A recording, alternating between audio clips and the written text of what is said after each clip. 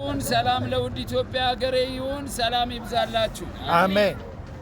በዛሬው የምስጋና ወራችን ከነቢይ ጸግሽ ጋራ በመተባበር እኔም ያዘጋጀሁት ይህንን ነው። መዝሙር 50 ቁጥር 14 እና መዝሙር 50 ቁጥር 23ን በማንበብ እግዚአብሔርን እናመሰግነዋለን። አሜን። በኢየሱስ ስም አነባለሁ። አሜን። ለእግዚአብሔር የምስጋና መስዋዕትን ሰው ለልዑልም ስለትን ስጡ።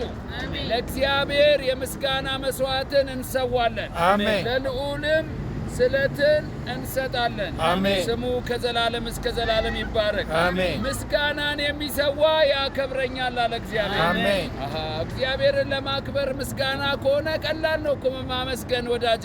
ብዙ የምናመሰግንበት ነገር ስላለን ምስጋናን ሰውተን እግዚአብሔርን እናከብረዋለን። አሜን። ስሙ ከዘላለም እስከ ዘላለም ይባረክ። አሜን። ምስጋናን የሚሰዋ ያከብረኛል። የእግዚአብሔር ማዳን ለእርሱ የማሳይበት መንገድ ከዚያ አለ።